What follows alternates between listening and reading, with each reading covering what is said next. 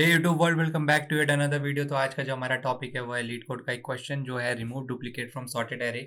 ठीक है, ये क्वेश्चन एक बार गूगल में भी पूछा गया था बट अनसॉर्टेड एरे के लिए। ठीक है, अनसॉर्टेड एरे के लिए पूछा गया था। अगर हम इसको उसी में कन्वर्ट कर दें तो बेसिकली हमारा दो प्रॉब्लम स्टेटमेंट सॉल्व हो जाएंगे। ठीक है, तो इसमें करना क्या है, इसमें करना ये है कि तुमको बोला गया है इन प्लेस, ये जो लाइन है ना यहाँ पे ब्लू में लिखा हुआ है, सॉरी मैंने इसके ऊपर लिख दिया, ये इन प्लेस। इन प्लेस का मतलब समझ लो, अगर तुमको कोई एरे दी हुई है 1 1 2 4 9 1 इस तरीके से, तो इन प्लेस का मतलब होता है कि तुम्हें स्पेस कॉम्प्लेक्सिटी O1 यूज करनी है, कोई दूसरा स्पेस यूज नहीं करना है। टाइम कॉम्प्लेक्सिटी तुम जितनी रिड्यूस करा सकते हो।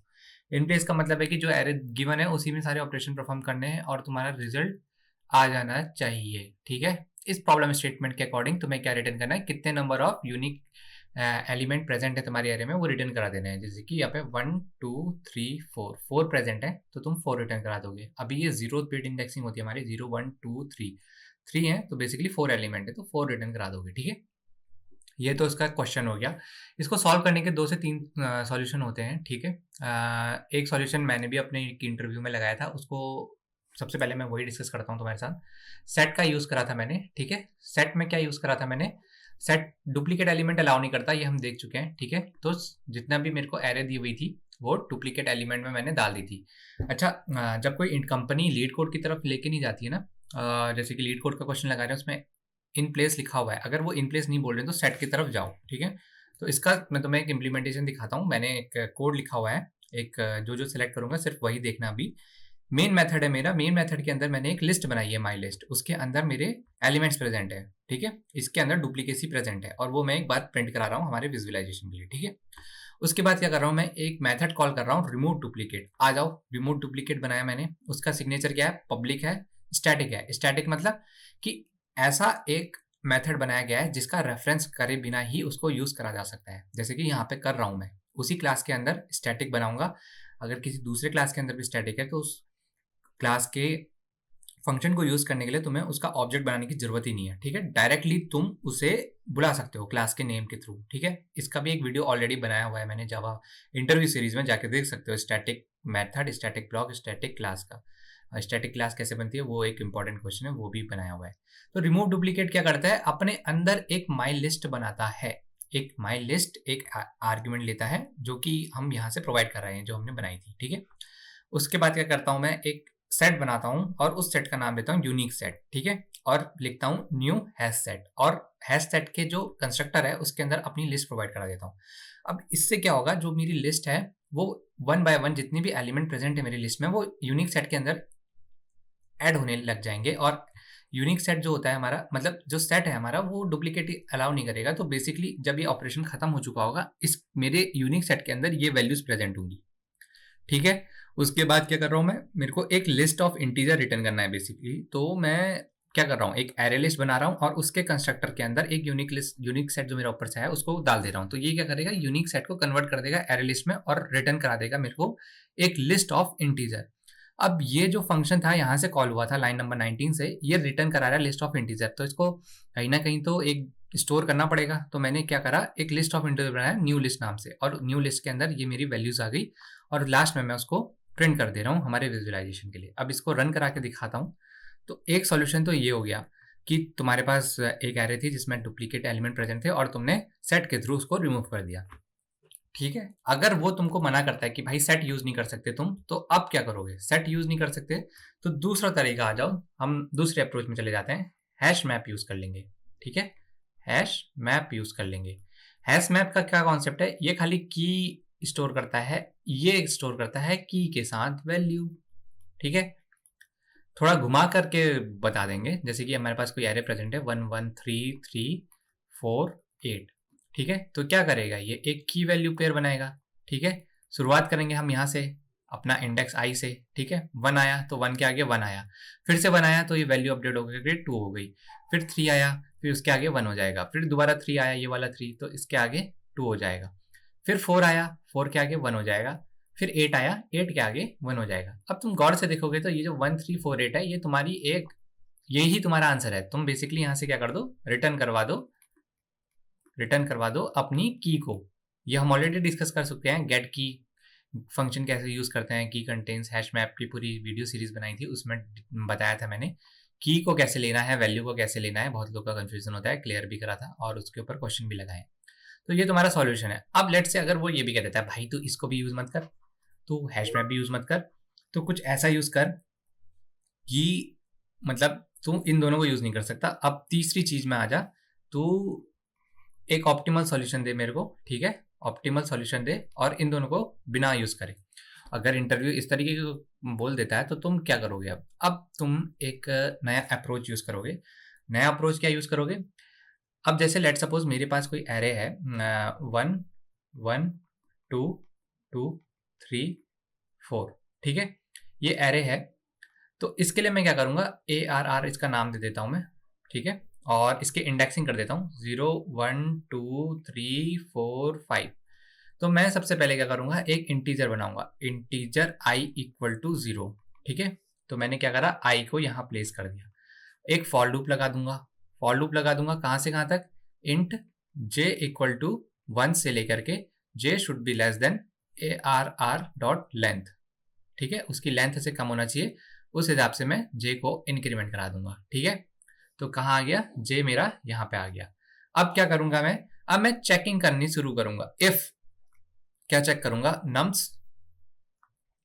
नम्स ऑफ i, मतलब जो मेरा प्रेजेंट एलिमेंट है ये i should not be equal to nums of j nums of j नहीं होना चाहिए, ठीक है? अगर वो दोनों इक्वल नहीं है तो मैं वैल्यू अपडेट कर दूंगा i के आगे वाले की। सॉरी, बेसिकली मेरा ARR था, मैं नम्स में जा रहा हूँ। चलो इसको नम्स ही लिख देते हैं, NUMS, इसका नाम ही चेंज कर देता हूँ, नम्स, ठीक है? तो नम्स ऑफ क्या करूंगा, i+1 जो उसके एक आगे वाला एलिमेंट है उसकी वैल्यू अपडेट करूंगा नम्स ऑफ j से, ठीक है? करा दी, और i का भी इंक्रीमेंट करा दूंगा क्योंकि अब तो i उसके आगे वाला इंक्रीमेंट हो चुका है, ठीक है? तो अब इसका एक ड्राई रन करके देखते हैं, ठीक है? पहले क्या आया होगा, पहले i 0 था और j 1 था। अब क्या हुआ, 1 is not equal to 1, condition false, ठीक है? कंडीशन फॉल्स हो गई, तो अब क्या हुआ, j यहाँ से हट गया, यहाँ से j हटा, j आ गया आगे। फिर क्या आया, इफ कंडीशन में दोबारा आया। अब नम ऑफ i क्या है, 1 है, और नम ऑफ j क्या है, 2 है। Num 1 is not equal to 2, correct, सही बात है। तो नम ऑफ i+1 क्या है, नम ऑफ i+1 i ये है, तो i+1 ये होगा, इसके आगे वाला इंडेक्स, तो इसकी बात हो रही है, इस इंडेक्स की बात हो रही है। क्या हो रहा है इस इंडेक्स में, एक ऑपरेशन परफॉर्म करा जा रहा है। i+1 में क्या परफॉर्म करा जा रहा है, नम ऑफ j की वैल्यू डाल दे रहे हैं। नम ऑफ j की वैल्यू क्या है, 2। तो यहाँ से क्या कर रहे हैं हम, ये 1 को हटा करके यहाँ पे 2 डाल दे रहे हैं, ठीक है? और i को इंक्रीमेंट कर दे रहे हैं, i यहाँ पे आ गया अब, ठीक है? i यहाँ पे आ गया, इफ कंडीशन पूरी हो गई, j भी पूरा हो गया, तो j की वैल्यू अब क्या हो गई, इंक्रीमेंट हुई, यहाँ से j++ से इंक्रीमेंट हुई, और j कहाँ आ गया, j यहाँ पे आ गया।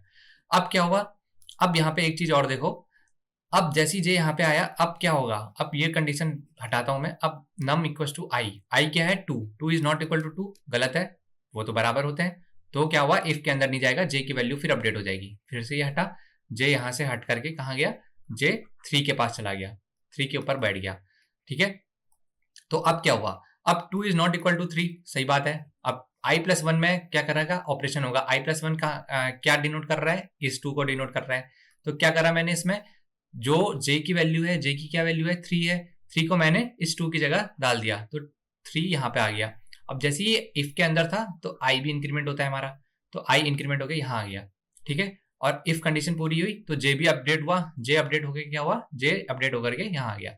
अब दोबारा कंडीशन रन हुई, अब दोबारा कंडीशन रन हुई तो उसमें क्या हुआ, अब उसमें ये हुआ 3 इज नॉट इक्वल टू 4, सही बात है, बराबर तो नहीं होता है। तो क्या हुआ, i+1 फिर से अपडेट हुआ, ये क्या हुआ, i+1 अब कहाँ पे है, ये 2 है, तो i+1 क्या अपडेट हुआ, ये अपडेट हुआ। तो अब क्या होगा, ये इंक्रीमेंट होकर के इसके ऊपर आ जाएगा, 4 के ऊपर आ जाएगा, आया?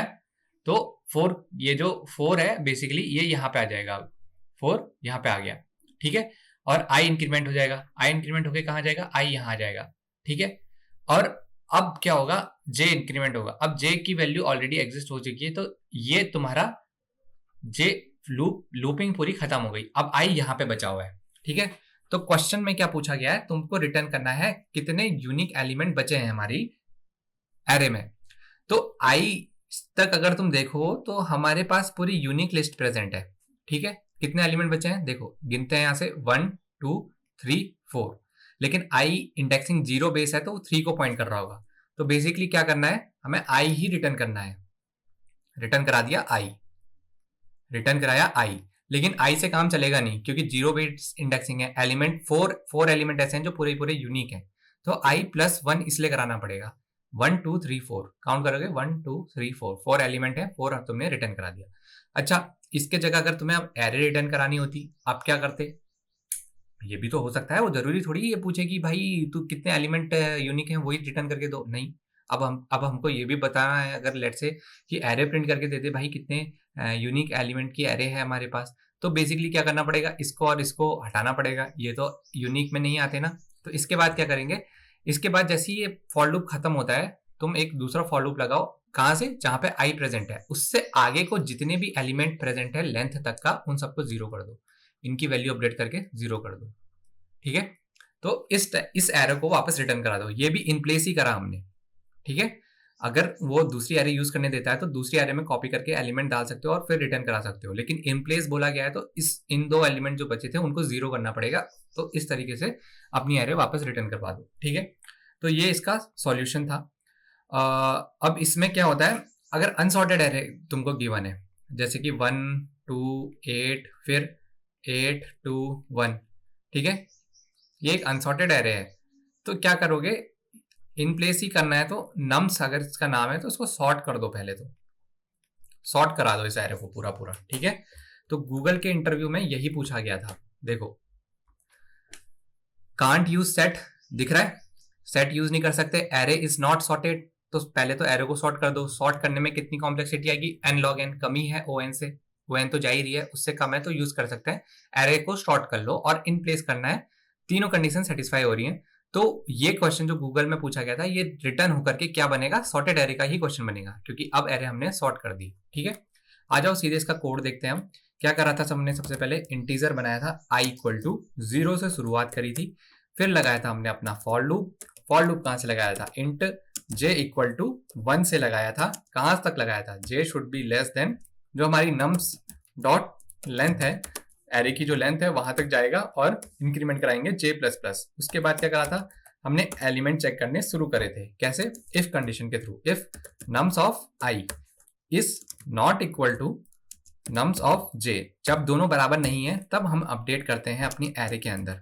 ठीक है, क्या अपडेट करते हैं, i के आगे वाले एलिमेंट में j की वैल्यू डाल देते हैं, i के आगे वाले एलिमेंट में j की वैल्यू हमने डाल दी। इसके साथ क्या करा, i को भी एक इंक्रीमेंट कर दिया। ठीक है, i को इंक्रीमेंट कर दिया। ये तो हो गया इंक्रीमेंटेशन का पूरा पूरा पार्ट। अब ये पूरा फॉर लूप चल गया, उसके बाद हमें क्या रिटर्न कराना है, कितने यूनिक एलिमेंट प्रेजेंट है, RETURN, कितने यूनिक एलिमेंट हमारे एरे में प्रेजेंट है। जैसे कि यहाँ पे एग्जांपल देखो, जब ये 1 1 2 दिया था इन्होंने, उसके बाद इन्होंने अपनी एरे को जो भी ऑपरेशन कराया इन्होंने, 1 और 2 बचा, तो बेसिकली कितने एलिमेंट बचे, 2 एलिमेंट बचे। ठीक है, तो उन्होंने k equal to 2, your function should return k equal to 2 with the first 2 element of the number beginning 1 and 2 respectively. ठीक है, अब यहाँ पे 5 एलिमेंट ऐसे थे जो यूनिक थे, तो उन्होंने 5 रिटर्न कराया। तो हमको क्या कराना है, हमको वही रिटर्न करवाना है, i का इंडेक्स, लेकिन +1 के साथ। +1 का कॉन्सेप्ट क्या है, जीरो बेस इंडेक्सिंग है, तो वो एक पीछे ही रहेगा, 0 1 2 3 से शुरू हो रहा है। ठीक है, उसको हमें 0 को 1 करना पड़ेगा, तो 1 2 3 4 इस तरीके से करना पड़ेगा। जीरो बेस इंडेक्सिंग को सॉर्ट आउट करने के लिए हमने +1 करा है। अगर इंटरव्यू पूछता है +1 क्यों कर रहे हो, क्योंकि इंडेक्सिंग जीरो बेस इंडेक्सिंग रहती है, तो वो एक पीछे का रिजल्ट देगा। ठीक है, एक आगे का रिजल्ट लेने के लिए हमें +1 करना पड़ेगा। जैसे कि यहाँ पे अगर जीरो बेस इंडेक्सिंग करते हैं तो इसकी लेंथ क्या है, 0 1 2 3 4। ठीक है, ये 4 रिटर्न कर देगा, लेकिन एलिमेंट अगर तुम 1 देखोगे तो कितने एलिमेंट प्रेजेंट है, 5 एलिमेंट प्रेजेंट है ना, तो +1 उसको रिजॉल्व करने के लिए हम यहाँ पे लगा रहे हैं। इसको एक बार रन करके दिखाता हूं मैं तुम्हें।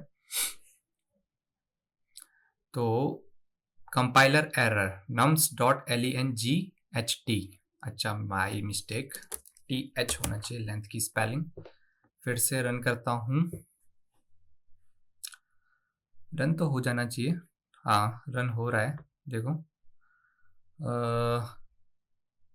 आउटपुट एक्सपेक्टेड भी वही है, और सबमिट करके देखता हूँ एक बार रिजल्ट अपना।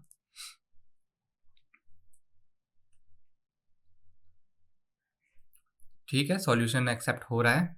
ठीक है, इसको तुम सॉल्व कर सकते हो।